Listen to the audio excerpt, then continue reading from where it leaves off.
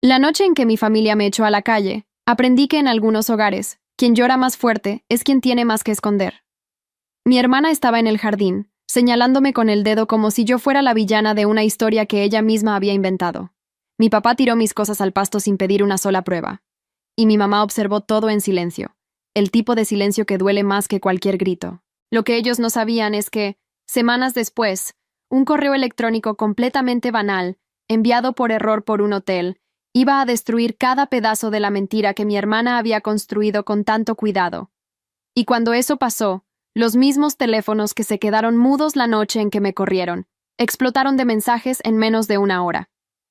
Pero antes de continuar, revisa si ya estás suscrito al canal y escribe en los comentarios. ¿Desde dónde estás viendo este video? Nos encanta saber hasta dónde están llegando nuestras historias. Mi nombre es Jimena Vargas. Tengo 32 años. Trabajo como archivista en un instituto cultural en el interior de Guanajuato, y hasta hace 3 meses creía que mi familia, a pesar de todo, era del tipo que al menos preguntaba antes de condenar. Estaba equivocada. Fue un jueves por la noche. Acababa de llegar de un viaje de trabajo, 2 días catalogando documentos históricos en una biblioteca municipal a 4 horas de distancia. Estaba cansada, con la maleta todavía en la mano, y cuando di la vuelta en la esquina de la calle donde viven mis papás, vi las luces del porche encendidas y pensé que era un día común. No lo era. Mi hermana mayor, Mariana, estaba en el jardín. Lloraba de una forma que nunca antes había visto. Ese tipo de llanto que parece ensayado para un público, demasiado fuerte, demasiado dramático, con los brazos abiertos y la cara vuelta hacia mí como si estuviera esperando a que yo apareciera. A su lado, mi mamá se agarraba los codos como si se estuviera abrazando a sí misma, y mi papá estaba parado en el centro del pasto con una expresión que solo puedo describir como puro asco. Antes de que pudiera decir una palabra, Mariana me señaló con el dedo y dijo que yo había arruinado su matrimonio, que yo le había presentado a su esposo, Alejandro, a una mujer, que yo sabía lo que estaba haciendo, que todo había sido calculado de mi parte porque siempre le tuve envidia a la vida que ella había construido. Me quedé paralizada, con la maleta todavía en la mano, intentando entender qué estaba pasando. Mi papá no me dejó hablar. Me clavó esa mirada y dijo las palabras que hasta el día de hoy escucho cuando el silencio es demasiado pesado. Lárgate de aquí, no eres digna de esta familia. Y entonces empezó. Agarró las cosas que yo había dejado en el cuarto que aún guardaba como mío. Una chamarra, algunos libros, un par de tenis, una caja con fotografías, y las fue aventando al pasto mojado como si fueran bolsas de basura. Mi mamá no dijo nada, simplemente no dijo nada. La miré esperando algo. Una pregunta, una señal de que quería entender antes de decidir. Pero ella desvió la mirada, y ese desvío fue la parte que más me dolió. No las cosas tiradas en el pasto. No el dedo acusador de Mariana. La mirada que mi mamá eligió no darme. No grité, no lloré ahí enfrente de ellos. Había algo dentro de mí, orgullo tal vez, o solo el instinto de no darle a Mariana la satisfacción de verme derrumbarme, que me mantuvo de pie. Me agaché, recogí lo que pude cargar, lo metí en la maleta y me fui. Caminé hasta el final de la calle sin mirar atrás. Cuando di la vuelta a la esquina y salí de su vista, me recargué en la pared y me quedé respirando profundo por unos 5 minutos.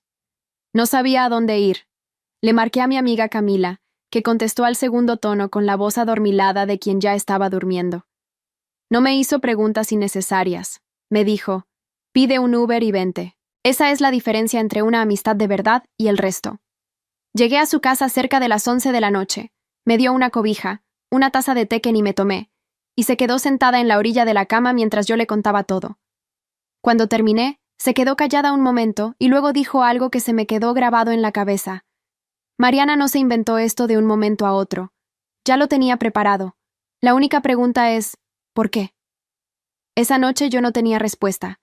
Estaba demasiado ocupada intentando entender cómo mi propia familia me había corrido sin darme ni 30 segundos para defenderme. En los días siguientes, me fui a vivir a un estudio pequeño que encontré a las prisas. Un departamentito en el centro de la ciudad, con paredes delgadas y una ventana que daba a un estacionamiento. No era bonito, pero era el lugar donde nadie podía, de repente, decidir que yo no pertenecía ahí. Me llevé conmigo las cosas que había logrado salvar del pasto. Los libros mojados que sequé con servitoallas. La chamarra con una mancha de pasto que nunca se le quitó por completo. La caja de fotografías donde había una foto mía a los 6 años sentada en las piernas de mi papá, el mismo papá que había tirado mis cosas como basura. Guardé esa foto en el fondo de la caja. No pude tirarla. Tampoco pude dejarla a la vista. El trabajo me salvó en esas primeras semanas. Ir al instituto, sentarme frente a documentos que necesitaban atención y cuidado, organizar archivos de cosas que ya habían sobrevivido a décadas. Había algo casi terapéutico en eso. Yo entendía a los documentos, sabía cómo tratar cosas frágiles. Con las personas, aparentemente, tenía mucha menos habilidad. Mariana no me llamó. Mi mamá me mandó un mensaje después de 3 días diciendo que la familia estaba sufriendo y que yo necesitaba entender la magnitud de lo que había hecho. No me preguntó si estaba bien.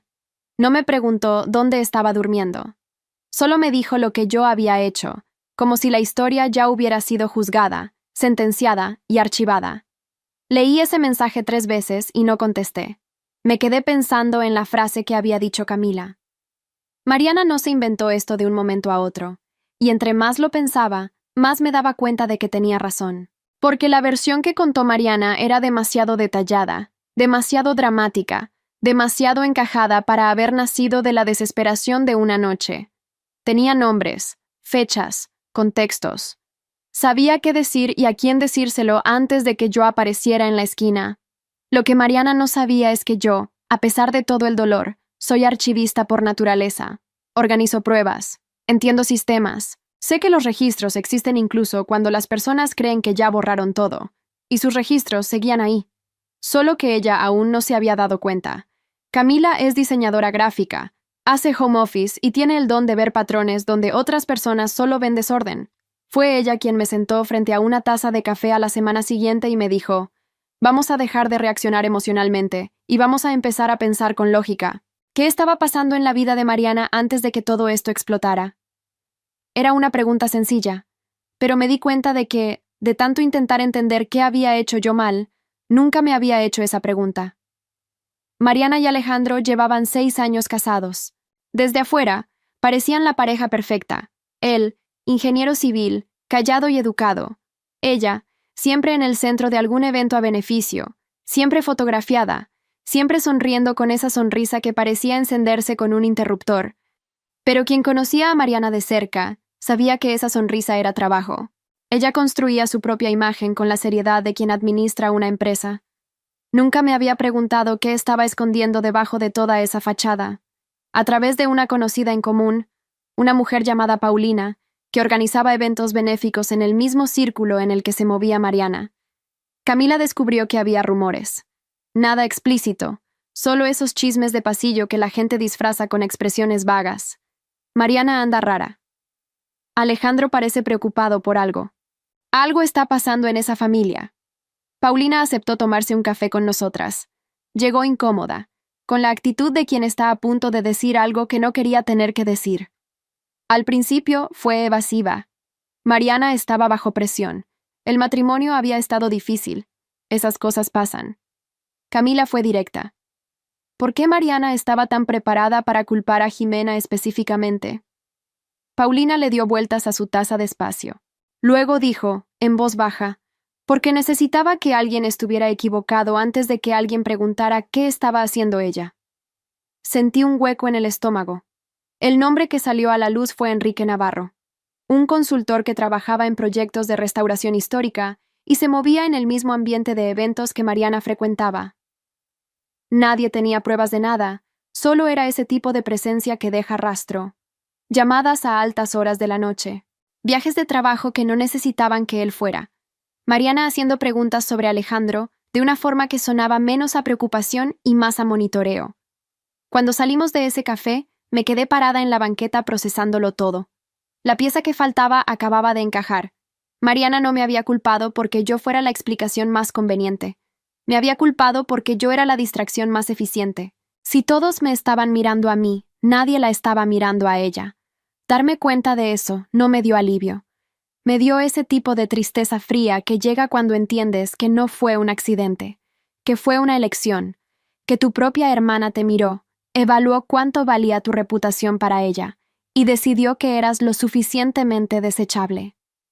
Los días siguientes fueron los más difíciles, no por la investigación, sino por dentro, porque había un momento, de madrugada, en que miraba las paredes del departamentito y pensaba que sería más fácil dejarlo pasar, dejar que se quedaran con la mentira, dejar que siguieran creyendo que yo era la culpable si eso me compraba algo de paz. Pero Camila no me dejó. Una noche apareció con algo de cenar. Se sentó en el piso de mi departamento porque yo todavía no tenía suficientes sillas, y me dijo: «No te vas a rendir, porque si te rindes, vas a cargar con la culpa de ellos toda la vida, y sabes que no te mereces eso». Tenía razón, y yo lo sabía. Solo necesitaba escucharlo de alguien que no tuviera interés en convencerme de lo contrario. Así que volví a lo que sé hacer. Empecé a pensar históricamente, como archivista, no en emociones, sino en registros, no en versiones, sino en documentos. Enrique Navarro trabajaba en restauración. El instituto donde yo trabajaba tenía conexiones con redes de preservación histórica en todo el estado. Era un universo pequeño, y los universos pequeños dejan rastros, a través de contactos profesionales, sin mencionar nombres, sin hacer acusaciones, solo haciendo preguntas técnicas sobre proyectos y participaciones en eventos. Empecé a armar una línea de tiempo. ¿Dónde había estado Enrique? ¿Cuándo? ¿Con quién en los registros públicos de eventos y comités? ¿Y en qué momentos esa presencia coincidía con las ausencias que Alejandro había mencionado, meses antes, en una plática casual a la que en su momento no le di ninguna importancia? Todavía no tenía lo que necesitaba, pero me estaba acercando. Y entonces, de forma completamente inesperada, el mismísimo Alejandro me escribió. El mensaje llegó un martes por la tarde. Yo estaba en el instituto, en medio de un inventario de cartas del siglo XIX, cuando mi teléfono vibró con un número que conocía pero que no esperaba ver. Alejandro. Directo, sin preámbulos. Necesito platicar contigo. ¿Puede ser hoy? Le contesté que sí. Nos vimos en un café cerca de los juzgados, un lugar neutral, discreto, lejos de cualquier lugar que ambos pudiéramos asociar con la familia. Alejandro llegó antes que yo y estaba sentado con las manos alrededor de un vaso de agua, con esa facha de quien lleva semanas sin dormir bien. Él es un hombre de pocas palabras en condiciones normales. Esa tarde, fue aún más directo.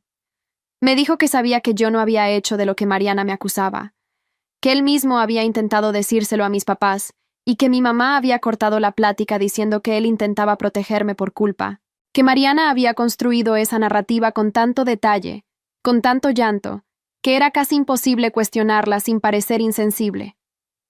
Ella es muy buena en eso, me dijo, sin coraje, con una especie de cansancio que solo llega después de que la admiración se va por completo. Le pregunté qué sabía de Enrique Navarro. Se quedó callado unos segundos. Luego me dijo que, meses antes, había encontrado una confirmación de reservación de hotel sincronizada por error en una tablet vieja que ambos compartían ocasionalmente. Mariana la había borrado antes de que él pudiera guardarla, pero el nombre del hotel se le quedó en la memoria porque era un lugar al que nunca habían ido juntos. Una pequeña hacienda a 2 horas de la ciudad, del tipo que aparece en listas de fines de semana románticos y no en listas de conferencias de trabajo. Cuando dijo el nombre de la hacienda, algo dentro de mí se quedó completamente quieto. Yo conocía esa hacienda. El instituto había realizado un evento de preservación documental ahí hace 2 años, y yo había coordinado parte de la logística. Eso significaba que mi correo profesional estaba registrado como contacto secundario en su sistema de reservaciones. Un detalle administrativo que a nadie se le ocurriría jamás verificar o borrar. Era una posibilidad pequeñísima, casi ridícula de lo pequeña que era. Pero entendí en ese instante lo que significaba. Si Mariana había reutilizado un perfil de reservación viejo ligado a ese evento, y si el sistema de la hacienda todavía tenía mi correo como contacto de notificación en el sistema interno, era posible, no garantizado, pero posible, que algún aviso administrativo me hubiera llegado por error. Salí del café con la cabeza tan llena que casi olvido pagar la cuenta. Esa misma noche, abrí mi correo profesional y me fui a fondo, no en la bandeja de entrada principal. Ahí hubiera visto cualquier cosa relevante. Me fui a la carpeta de notificaciones automáticas, esa donde se quedan los correos que nadie lee porque parecen mensajes de sistema sin importancia. Fui bajando, semana por semana, mes por mes. Y ahí, entre confirmaciones de boletines y alertas del sistema que nunca había abierto, encontré algo. Un correo de la Hacienda, enviado hacía 3 meses. Asunto: corrección de contacto de notificación. Resumen de reservación anexo. Me quedé mirando esa línea de asunto por un tiempo que no sé medir. Luego lo abrí. El correo era educado, burocrático, completamente sin drama. Explicaba que mi dirección profesional se había quedado vinculada por error a un perfil de reservación reutilizado, y que, al corregir el error, estaban reenviando los documentos administrativos que se habían generado antes de que se identificara la equivocación. Había un PDF adjunto. Abrí el PDF. Mariana Campos. Enrique Navarro. 2 fines de semana. Suites conectadas. Petición de discreción registrada. Servicio a la habitación después de medianoche. Los nombres ahí, en los documentos del hotel, sin ambigüedades, sin posibilidad de interpretación alternativa. No fue el tipo de descubrimiento que te hace gritar o llorar. Fue el tipo que hace que el mundo se quede muy quieto por un momento, como cuando por fin encuentras la pieza que faltaba en un rompecabezas enorme y te das cuenta de que la imagen completa siempre fue diferente de lo que pensabas. Cerré la laptop. Fui a la ventana. Miré el estacionamiento allá abajo por unos 5 minutos. Luego le marqué a Camila y dije 3 palabras. Ya tengo todo. Camila llegó en 20 minutos con una botella de agua y esa actitud decidida de quien está a punto de hacer algo importante con mucha calma. Nos sentamos juntas en mi mesita y abrimos el PDF otra vez, leyendo cada línea con atención, porque yo necesitaba estar absolutamente segura de lo que estaba viendo antes de hacer cualquier cosa con eso. Era exactamente lo que parecía. Un registro administrativo, generado automáticamente por el sistema de un hotel, explicando su propio error y corrigiéndolo. No era una denuncia anónima. No era un chisme de pasillo. Era burocracia. Y la burocracia no llora, no manotea, no cambia la versión dependiendo de quién esté en la habitación. Teníamos una opción: confrontar a Mariana primero, o mandarlo directo a la familia. Elegí confrontarla primero. No sé si fue la decisión más sabia, pero lo necesitaba. Necesitaba ver el momento en que su actuación fallara. Fui a su casa a la mañana siguiente. Abrió la puerta con ese aire de quien siempre está lista para ser fotografiada, con una ceja ligeramente levantada, como si mi presencia fuera un poco inconveniente pero manejable. Entré antes de que pudiera decidir si me dejaba pasar o no. Le dije directamente: ya sé lo que estabas escondiendo cuando me echaste la culpa. Su sonrisa no desapareció de golpe. Fue un proceso de segundos. Un micromovimiento en los ojos primero, luego una ligerísima tensión en la mandíbula, y después la sonrisa finalmente cediendo a una expresión que nunca le había visto en la cara. Algo muy parecido al miedo. Le enseñé la primera página del resumen de reservación en mi celular. La leyó. Sus dedos apretaron el teléfono más de lo necesario. ¿Cómo conseguiste esto? Su voz salió más baja de lo normal. Reutilizaste un perfil viejo y se te olvidó quitar mi correo del sistema, le contesté. La Hacienda me mandó el archivo por error, y luego me mandó la corrección explicando exactamente por qué había pasado. Intentó negarlo, luego indignarse, y luego sacar la versión en la que yo era la mala por tener ese documento. Cada intento duró menos que el anterior porque ella sabía, y yo sabía, que ninguno de ellos iba a funcionar contra un papel. Y entonces soltó la frase. Esa que cambió todo dentro de mí de una forma permanente. Volteó la cara, respiró profundo y dijo: Alejandro ya se iba a ir de todos modos. Necesitaba a alguien a quien culpar antes de que todos me culparan a mí. No fue arrepentimiento. No fue una disculpa. Fue solo la verdad desnuda, dicha con el tonito de quien todavía cree que tenía alguna justificación. Y me escogiste a mí, dije. Eras la opción más fácil, me contestó. Salí de su casa sin decir nada más. No porque no hubiera más que decir, sino porque todo lo que necesitaba decir ahora estaba en un PDF de 6 páginas y en un correo del sistema de reservaciones de una hacienda que mi hermana nunca se imaginó que podría traicionarla.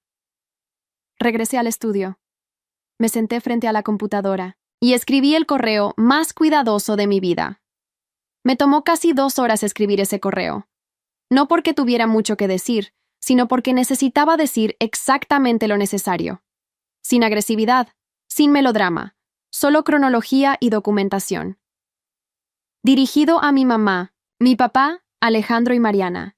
Empecé explicando que había sido acusada falsamente de interferir en el matrimonio de Mariana y que nunca había tenido la oportunidad de presentar mi versión porque me corrieron antes de que alguien me hiciera una sola pregunta. Continué describiendo el correo que había recibido de la Hacienda, explicando el contexto técnico del error, cómo mi correo se había quedado vinculado por accidente y lo que mostraban los documentos. Adjunté el correo original del hotel, el PDF con el resumen de las reservaciones y una línea de tiempo sencilla que había armado con las fechas. Al final, escribí una sola línea más allá de los hechos. No voy a seguir cargando con una culpa que fue fabricada para proteger a quien realmente se equivocó. Lo envié a las 8:17 de la mañana de un viernes. A las 8:24, el teléfono de Mariana empezó a sonar. No contesté. A las 8:31, mi mamá me mandó un mensaje. Nos equivocamos. Dame una oportunidad. A las 8:39, mi papá escribió. Tenemos que platicar. Regresa a la casa. A las 8:52, Mariana. Por favor, no le mandes esto a nadie más. Me quedé mirando la pantalla con esa secuencia de mensajes y pensé en el pasto mojado, en mis cosas tiradas, en la mirada que mi mamá había desviado, y en la voz de mi papá diciendo que yo no era digna de la familia. Contesté con 2 palabras. No, nunca. Alejandro me marcó después, desde un número que yo todavía mantenía activo. Cuando contesté, se quedó un momento en silencio antes de decir, con esa voz cansada de quien sobrevivió a meses de mentiras. Gracias. Solo eso. Pero fue suficiente. La parte que la gente generalmente no cuenta sobre este tipo de momentos es que la victoria no se siente como victoria. Se siente como cansancio. Se siente como el alivio de soltar un peso que ni te habías dado cuenta de que se había vuelto tan pesado porque fue aumentando poco a poco. No me puse feliz cuando llegaron esos mensajes. Me quedé callada. Muy callada. Camila apareció en la tarde con comida y se quedó conmigo mientras el teléfono seguía vibrando con llamadas que yo no contestaba. En algún momento, miró la pared del estudio y me dijo, «Necesitas por lo menos una cosa bonita en este departamento». El fin de semana siguiente, trajo pintura y pintamos toda una pared de color azul. No es poca cosa. Tener a alguien que piensa en el color azul cuando todo alrededor parece gris. Mi mamá fue al instituto a la semana siguiente. Estaba en la recepción cuando me avisaron, retorciendo el asa de su bolsa, con esa actitud de quien ya preparó su discurso pero sabe que no va a ser suficiente. Cuando me vio, me dijo, «Ximena, por favor». No era una disculpa. Era una súplica para que yo le hiciera las cosas más fáciles. Yo conocía la diferencia. Le pregunté por qué no había hecho ni una sola pregunta la noche en que mi papá aventó mis cosas al pasto. Dijo que estaba en shock, que Mariana estaba inconsolable, que la situación estaba fuera de control. Le dije que una pregunta. Era solo una pregunta, y no la hizo. Lloró. Yo no. No porque fuera fría, sino porque ya había llorado todo lo que tenía que llorar en esas semanas sola en el departamentito, y ahora ya estaba del otro lado de eso. Si esto se riega, Mariana puede perderlo todo, dijo en algún momento. Debió haber pensado en eso antes de usarme, le contesté.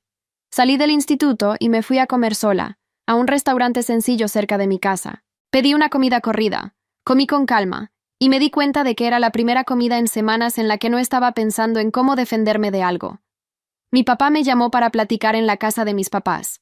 Acepté, no porque esperara justicia, sino porque necesitaba cerrar ese cuarto en mi interior, ese que todavía guardaba la imagen de él tirando mi chamarra al pasto mojado. Mariana estaba ahí cuando llegué. Mi mamá había puesto pañuelos desechables sobre la mesa de centro como si supiera que los iba a necesitar. Mi papá se quedó de pie detrás de su silla con esa postura de quien confunde la rigidez con la dignidad. Abrió la plática diciendo que yo ya había probado mi punto. Le contesté que no eran los documentos los que habían probado algo. Eran los hechos. Yo nunca había hecho nada de lo que Mariana me había acusado. Los documentos solo hicieron que fuera imposible ignorarlo. Mariana empezó a hablar sobre la presión, sobre cómo el matrimonio había sido difícil, sobre cómo no había podido pensar con claridad. Dijo que no había querido lastimarme tanto. La miré por un momento antes de decirle, «Usaste mi nombre antes de que alguien hiciera una pregunta. Lo planeaste. No me digas que no querías lastimarme». El silencio que siguió duró más que cualquier cosa que alguien dijera esa noche. Mi papá finalmente me preguntó qué quería. Era la primera pregunta real que alguien me hacía desde lo del pasto. Y yo tenía la respuesta lista, no porque la hubiera ensayado, sino porque llevaba semanas viviendo esa respuesta. Quiero que la verdad se diga claramente, que yo no causé este divorcio, que yo no hice nada de lo que me acusaron y que me echaron de mi casa por una mentira. Volvió el silencio. Luego mi papá dijo, sin mirarme directamente, «Tú no causaste el divorcio». Mi mamá agregó, «Fuimos demasiado rápidos. Demasiado rápidos. No crueles, no injustos. Demasiado rápidos». Miré a Mariana y le pregunté directamente si admitía haber mentido.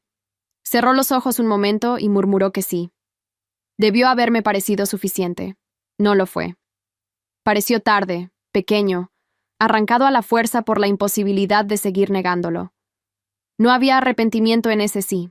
Había resignación. Y entonces mi papá dijo, «Ahora tenemos que resolver esto como familia». En ese momento entendí lo que realmente querían. No era una reconciliación, era contención. Querían que volviera a entrar al círculo para que la historia se quedara controlada, en privado, administrada.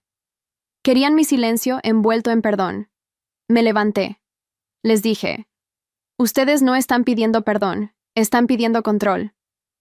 Nadie me contradijo. Salí por segunda vez. Y esta vez nadie gritó mi nombre en la puerta. En los días siguientes, el mundo alrededor de Mariana empezó a reaccionar como pasa cuando la verdad deja de ser un secreto a voces. Enrique Navarro salió de 2 comités voluntariamente, sin dar explicaciones públicas. Una organizadora de eventos canceló una colaboración con Mariana por motivos vagos. El abogado de Alejandro solicitó los documentos que yo le había reenviado. Yo no hice una campaña de desprestigio. No fui a contarle a nadie. Pero los documentos existen. La gente hace preguntas. Y Mariana había construido su reputación asumiendo que nadie jamás le preguntaría con las pruebas en la mano. Mariana apareció en mi estudio 3 semanas después. Sola, sin maquillaje, con los brazos cruzados sobre el pecho como si se estuviera sosteniendo a sí misma. Era la primera vez que la veía parecer más chiquita de lo que solía ser. No más débil, solo más real. Esa versión de ella que existía debajo de la sonrisa de los eventos y la postura de quien siempre sabe lo que está haciendo. Me dijo que Enrique estaba negando todo más allá de una amistad profesional, que Alejandro estaba usando los documentos en el proceso de divorcio, que mi mamá no estaba durmiendo bien, que mi papá estaba callado de una forma que preocupaba. «Ya conseguiste lo que querías», me dijo. Le contesté que lo que yo quería era no haber sido echada de mi casa por una mentira que ella inventó para protegerse. Le dije que lo que yo quería era que mi mamá me hubiera hecho una sola pregunta antes de condenarme, que lo que yo quería era una familia que me considerara digna de tener, por lo menos, 30 segundos de beneficio de la duda. Se quedó callada. Después me preguntó si podía hablar con Alejandro para que fuera más razonable. Y entendí, en ese momento, que incluso ahí, incluso sin maquillaje, incluso con los brazos cruzados y su vida hecha pedazos, ella todavía estaba pensando en cómo administrar la situación. Todavía estaba evaluando qué podía hacer yo por ella. Le dije que no, y esta vez no tuve que explicarle por qué. Se fue enojada, lo que de cierta forma fue mejor a que se fuera dando lástima. El enojo significaba que me había escuchado. Dar lástima hubiera sido solo otra actuación. Alejandro me buscó una última vez, en un café tranquilo, semanas después, cuando el divorcio ya había entrado en la fase de papeleo y lo peor de la turbulencia ya había pasado. Deslizó un documento por la mesa, una declaración firmada, clara, confirmando que yo nunca había interferido en su matrimonio, que la acusación era falsa y que la separación había sido consecuencia de circunstancias que él y Mariana debían enfrentar juntos y no habían podido. «No tenías por qué hacer esto», le dije. «Sí tenía», me contestó. «Fuiste la única persona honesta en todo esto». Esa frase se quedó conmigo de una forma que no esperaba. No porque me hiciera sentir ganadora, sino porque me recordó cuánto tiempo había gastado intentando ser la persona que arreglaba lo que era difícil en esa familia, esperando que mi lealtad eventualmente comprara algo parecido a la justicia. No lo hizo. Nunca lo hizo. En los meses que siguieron, el departamentito fue dejando de parecer un exilio. Camila pintó esa pared de azul y luego trajo una plantita, luego una lámpara, y luego nos pasamos todo un sábado reorganizando el librero. Cada cosa pequeña transformaba el lugar en un hogar de verdad, un hogar donde podía despertarme en la mañana sin tener que prepararme para ser juzgada. Mi mamá me dejó un mensaje de voz en algún momento. Sé que te fallé. Fue lo más parecido a una disculpa real que pudo darme. Mi papá nunca llegó tan lejos. Su arrepentimiento se quedó en sus acciones: cargar una caja en silencio, aparecerse una vez con la excusa profesional de que andaba por la zona, sin decir nunca nada que reconociera directamente lo que había hecho. Hay cosas que algunas personas simplemente no pueden decir en voz alta. Aprendí a dejar de esperarlas. En el aniversario de la noche en que me corrieron, mi mamá me mandó un mensaje preguntándome si volvería con la familia. Me quedé mirando la pantalla un rato. Luego le contesté: volví a mí misma. Por ahora, eso tiene que ser suficiente. Y lo era. Porque la historia real aquí no se trata del correo que llegó por error, ni de la reservación del hotel, ni de los documentos que hicieron que la mentira fuera imposible de sostener. La historia real es sobre lo que pasa cuando dejas de actuar un perdón que no se han ganado. Cuando entiendes que ser echada injustamente no significa que tienes la obligación de tocar a la misma puerta rogando que te dejen entrar. A veces la venganza no tiene fuego. No hay una confrontación dramática, ni un discurso perfecto, ni el momento exacto en que la otra parte admite todo lo que hizo. A veces se parece a un estudio pequeño que, por fin, huele a tu propio jabón. A una pared azul que una amiga pintó porque pensó que necesitabas algo bonito. Al sueño de una noche entera sin soñar que tienes que defenderte de algo. A veces la venganza se ve, simplemente, como negarse a regresar solo porque quien te corrió finalmente tuvo miedo de lo que tienes en las manos. 2 palabras. No. Nunca. Y el silencio que vino después de ellas fue el sonido más hermoso que he escuchado. Ahora, si te gustó esta historia, dale clic a suscribirse y dime en los comentarios: ¿qué parte te dejó con la boca abierta? Y no te olvides de hacerte miembro para tener acceso a videos exclusivos que no subo por aquí. Te espero allá.